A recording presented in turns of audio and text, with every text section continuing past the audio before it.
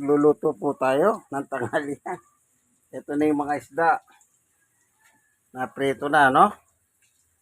Iluluto silang ganito, yung sarsyado. Yan. Tapos, lalagyan ng itlog. Ayan. Nagpiprito tayo ng tokwa. Yan, with tokwa. Yan, may itlog. Ito naman sa haso. December at winter, yan.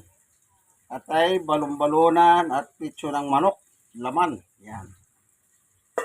Yan.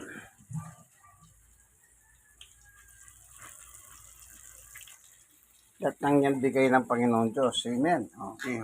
Yan na. Sige, kita niyo po ano. Yan ang aming kakainin ngayon. God bless us all. Ito inyong kaibigan Jesus, Brother Manny Bautista. Luto time, lutong bahay, masarap, malinis. Bigay ng Panginoon Diyos. Amen.